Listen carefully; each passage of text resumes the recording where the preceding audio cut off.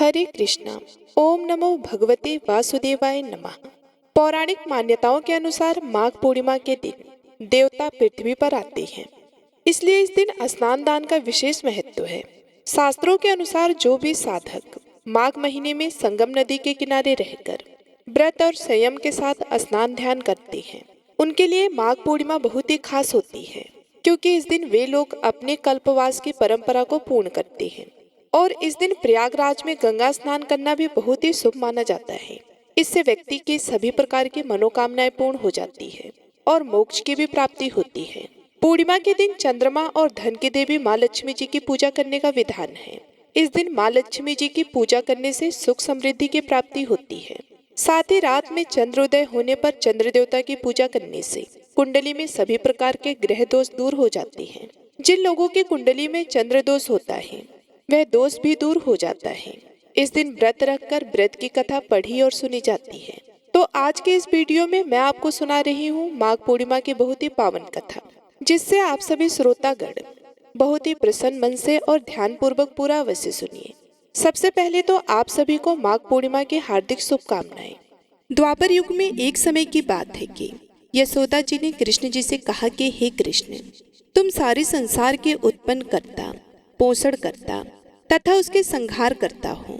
आज कोई ऐसा व्रत मुझसे कहो जिसके करने से मृत्यु लोक में स्त्रियों को विधवा होने का भय न रहे तथा यह व्रत सभी मनुष्यों की मनोकामना को पूर्ण करने वाला हो।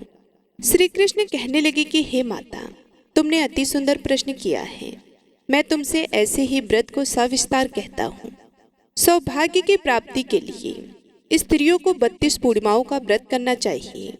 इस व्रत को करने से स्त्रियों को सौभाग्य संपत्ति मिलती है। यह व्रत अचल सौभाग्य को देने वाला और भगवान शंकर के प्रति मनुष्य मात्र की भक्ति को बढ़ाने वाला है।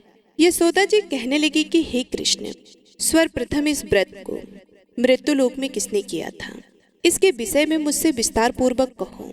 श्री कृष्ण जी कहने लगे कि हे माता, इस भूमंडल पर एक अत्यंत प्रसिद्ध राजा चंद्रहास से पालित अनेक प्रकार के रत्नों से परिपूर्ण कातिका नाम की एक नगरी थी।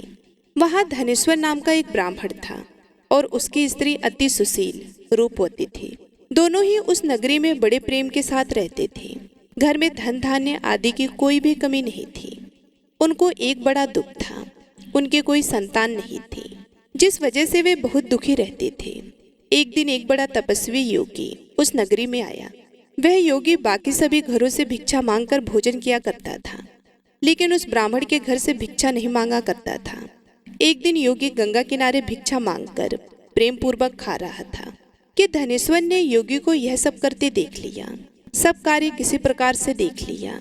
अपनी भिक्षा अनादर से दुखी होकर धनेश्वर योगी से बोले, हे योगी महाराज, आप सभी घरों से भिक्षा लेते हो, परंतु मेरे घर की भिक्षा कभी भी नहीं लेते। इसका कारण क्या है? योगी कहने लगा कि आपके धर्म हमें इस बात की आज्ञा नहीं देता है, क्योंकि आप अभी ग्रस्त जीवन में एक सुख से वंचित हैं। आपके घर संतान सुख होने पर मैं आपके घर से भी भिक्षा स्वीकार कर लूंगा।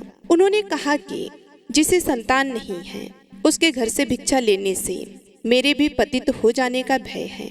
धनेश्वर यह सब बात सुनकर बहुत दुखी हुआ और हाथ जोड़कर योगी के पैरों पर गिर पड़ा तथा दुखी मन से कहने लगा कि आप मुझे संतान प्राप्ति के उपाय बताएं। आप सर्वज्ञ हैं, मुझ पर अवश्य ही यह कृपा कीजिए। धन की मेरे घर में कोई कमी नहीं है, लेकिन मैं संतान न होने के कारण अत्यंत दुखी हूँ। आप मेरे इस दुख का हरण कीजिए। यह सुनकर योगी कहने लगे, तुम चंडी की आराधना करो।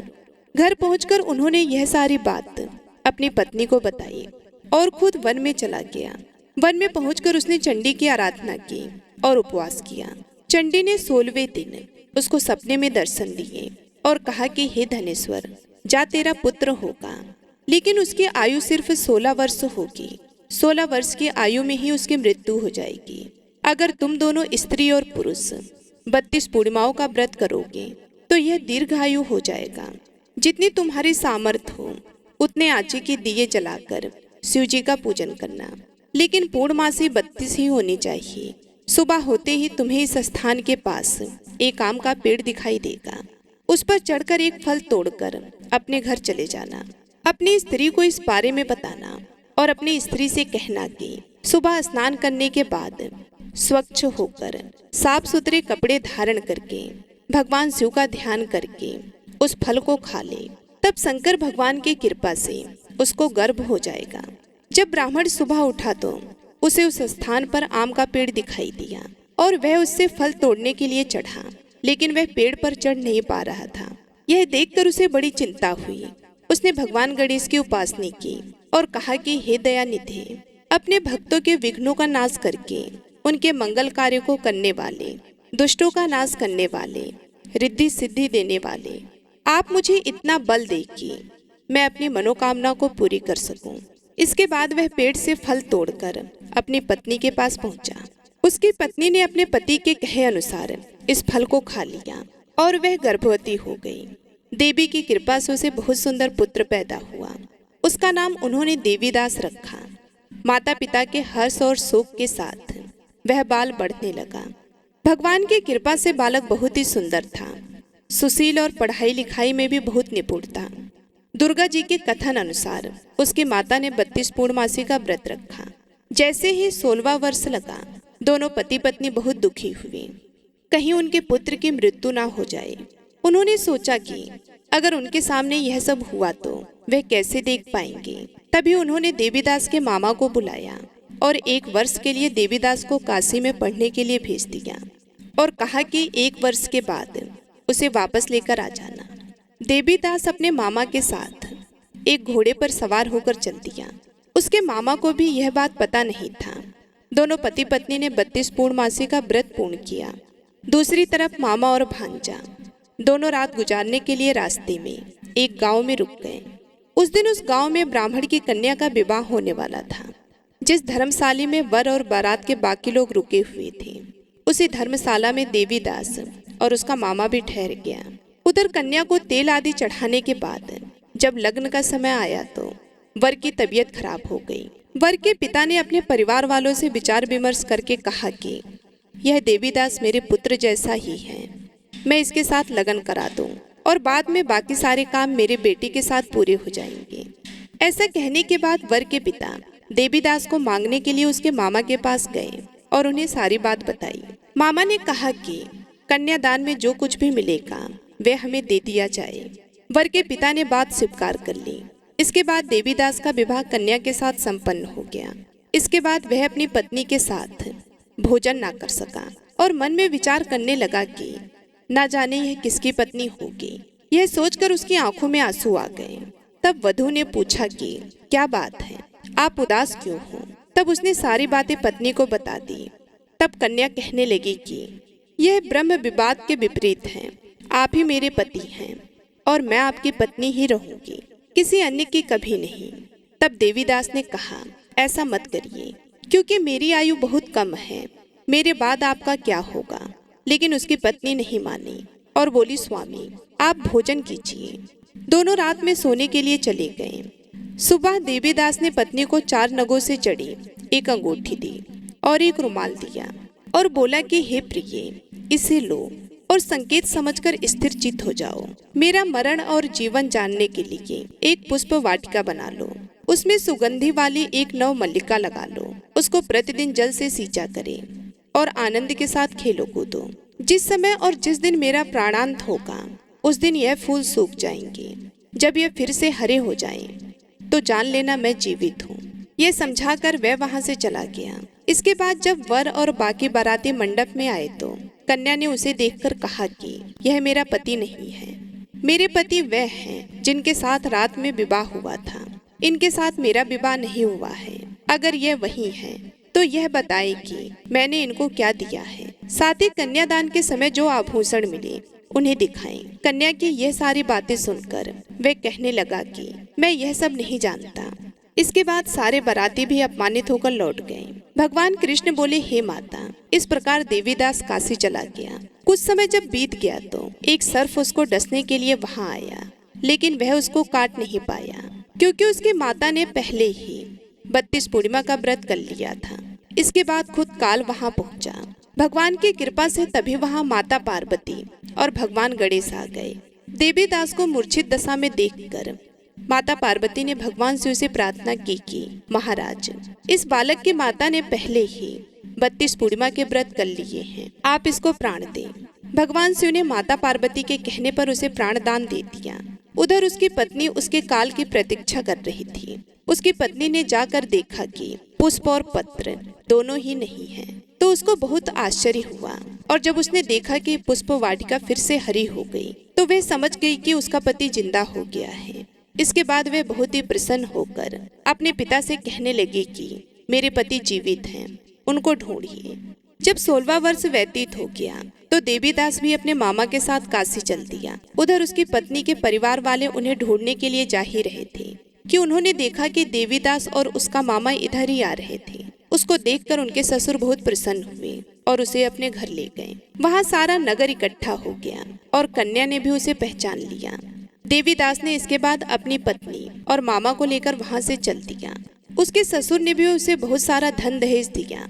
जब वह अपने घर की तरफ चल रहा था तो उसके माता पिता को लोगों ने खबर कर दी, तुम्हारा पुत्र देवीदास अपनी पत्नी और मामा के साथ आ रहा है। ऐसा समाचार सुनकर पहले तो उन्हें विश्वास नहीं हुआ, लेकिन जब देवीदास आया और उसने अपने माता पिता के पैर छुए तो देवीदास के माता पिता ने उनका माथा चूमा और दोनों को अपने सीने से लगा लिया। दोनों के आने की खुशी में धनेश्वर ने बहुत दान दक्षिणा ब्राह्मणों को दी। श्री कृष्ण जी कहने लगे कि इस तरह धनेश्वर को 32 पूर्णिमाओं के व्रत के प्रभाव से संतान प्राप्त हुई। जो स्त्रियां इस व्रत को करती हैं वे जन्म जन्मांतरों तक वैधों का दुख नहीं भोगती हैं और सदैव सौभाग्यवती रहती हैं। यह मेरा वचन है। यह व्रत संतान देने वाला और सभी मनोकामनाओं को पूर्ण करने वाला है। व्रत करने वाला चाहे स्त्री हो या पुरुष, भगवान शंकर की कृपा से संसार के सकल आनंद भोग कर अंत में आवागमन रहित होकर शिवलोक को प्राप्त होता है। तो प्रेम से बोलिए श्री लक्ष्मी नारायण भगवान की जय, उमा महेश्वर भगवान की जय। अब सुनिए पूर्णिमा व्रत की दूसरी कथा। पौराणिक कथा के अनुसार एक बार की बात है, किसी नगर में एक सेठ और सेठानी रहते थे। सेठानी प्रतिदिन श्री हरि भगवान विष्णु की पूरी श्रद्धा से पूजा अर्चना किया करती थी, लेकिन उसका पूजा करना उसके पति यानी सेठ को बिल्कुल भी पसंद नहीं था। इसी कारण सेठ ने एक दिन अपनी पत्नी को घर से निकाल दिया। घर से निकाले जाने के बाद सेठानी जंगल की तरफ निकल पड़ी। रास्ते में जाते समय सेठानी ने जंगल में 4 आदमी को देखा जो मिट्टी खोद रहे थे। तब सेठानी उन आदमी के पास गई और उन लोगों से कहा, कृपया आप मुझे किसी काम पर रख लें। इसके बाद चारों आदमी ने सेठानी को नौकरी पर रख लिया। सेठानी के हाथ पांव बहुत ही कोमल थे, इस वजह से काम करते करते उसके हाथ पर छाले पड़ गए। सेठानी के हाथों को देखकर चारों आदमी ने कहा कि तुम यह काम छोड़ दो, तुम किसी अच्छे घर खानदान की लगती हो, इसकी जगह तुम हमारे घर के काम में हाथ बटा दो। सेठानी इस काम के लिए राजी हो गई। फिर वे चारों आदमी सेठानी को अपने घर ले गए। वे चारों आदमी हर दिन 4 मुट्ठी चावल लाते थे और आपस में बांटकर उसे खा लेते थे। यह देखकर सेठानी को बहुत बुरा लगा। अगले दिन सेठानी ने चारों से कहा, सुनो भाई, तुम लोग कल से 4 मुट्ठी की जगह 8 मुट्ठी चावल लेकर आना। सेठानी के कहे अनुसार चारों आदमी अगले दिन 8 मुट्ठी चावल लेकर आए। उस चावल को सेठानी ने पकाकर सबसे पहले भगवान विष्णु को भोग लगाया और फिर चारों आदमी को परोसा। जब चारों आदमी ने उस भोग लगाए भोजन को खाया तो उन लोगों को बहुत स्वादिष्ट लगा। उन्होंने सेठानी से कहा कि बहन, आज जो तुमने खाना बनाया है वह बेहद ही स्वादिष्ट है। इस पर सेठानी ने कहा, यह भोजन भगवान विष्णु का जूठा है, इसी वजह से आप लोगों को यह बहुत स्वादिष्ट लग रहा है। उधर सेठानी के जाने के बाद से सेठ भूखा रहने लगा।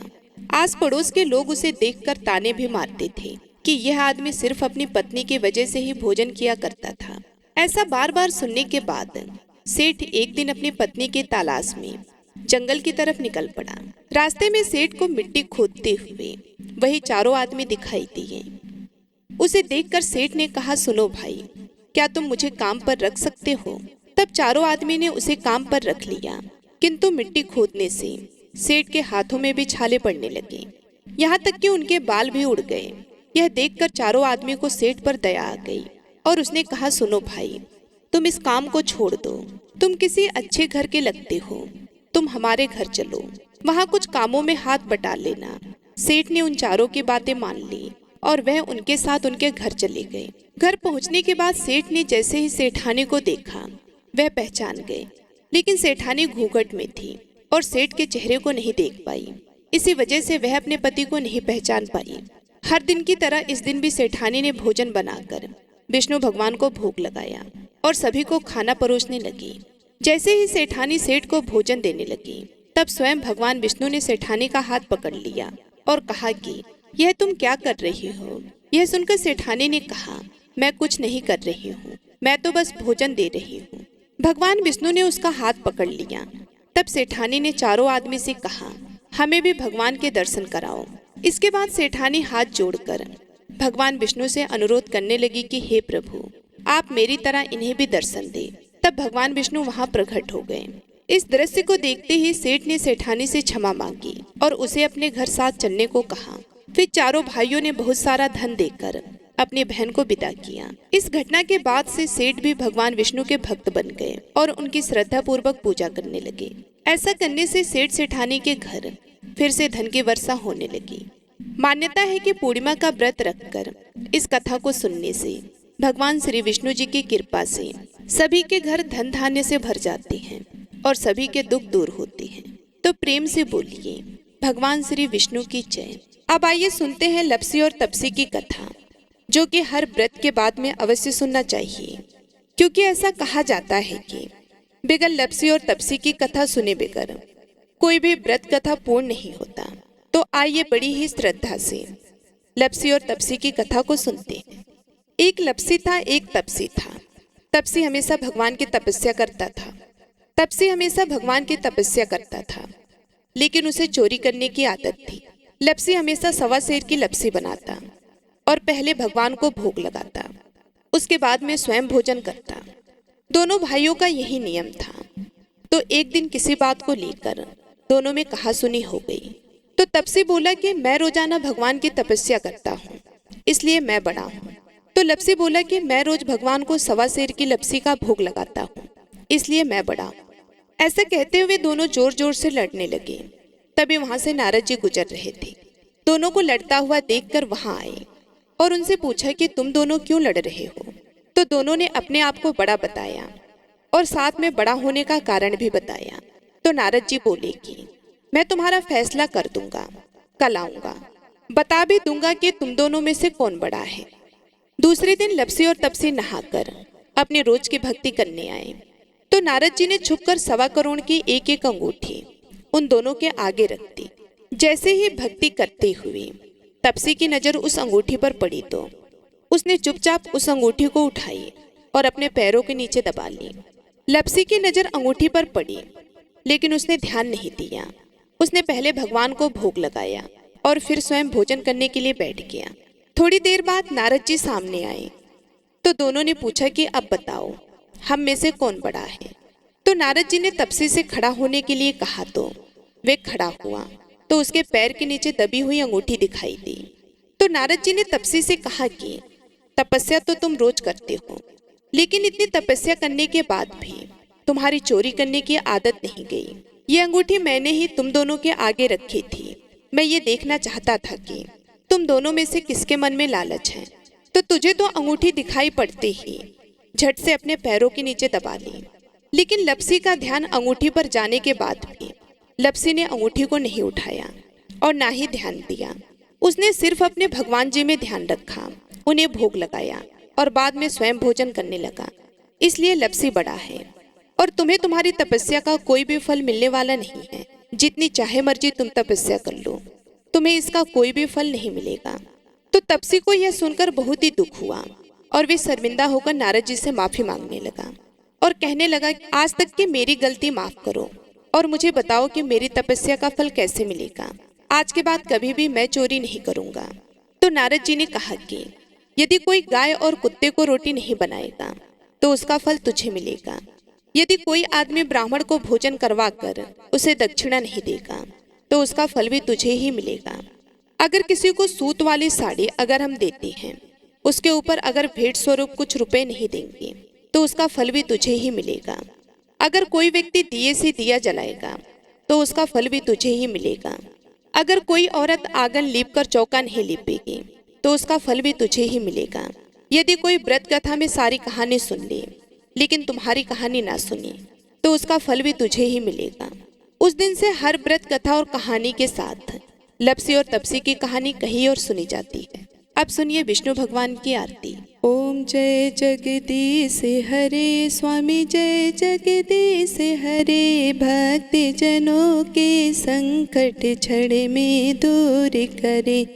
ओम जय जगदीश हरे, जो धावे फल पावे, दुख बिन से मन का स्वामी दुख बिन से मन का, सुख संपत्ति घर आवे सुख संपत्ति घर आवे, कष्ट मिटे तन का। ओम जय जगदीश हरे, मात पिता तुम मेरे, शरण गहूँ किसकी, तुम बिन और न दूजा, प्रभु बिन और न दूजा, आस करो जिसकी। ओम जय जगदीश हरे, तुम पूर्ण परमात्मा, तुम अंतर्यामी, प्रभु तुम अंतर्यामी, पार ब्रह्म परमेश्वर, पार ब्रह्म परमेश्वर, तुम सबके स्वामी। ओम जय जगदीश